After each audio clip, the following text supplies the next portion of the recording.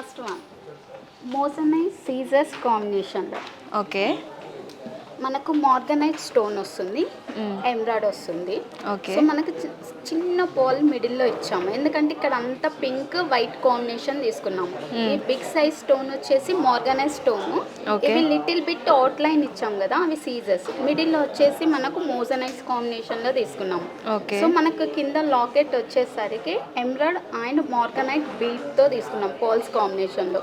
అంటే పోల్కి బదులు మనం ఏంటంటే మోజనైట్ తీసుకున్నాము. ఇక్కడ డైమండ్స్కి బదులు సీజర్ తీసుకున్నాం. కంప్లీట్లీ డైమండ్ వర్క్మెన్షిప్, మీకు డీటెయిల్గా ఉంటుంది.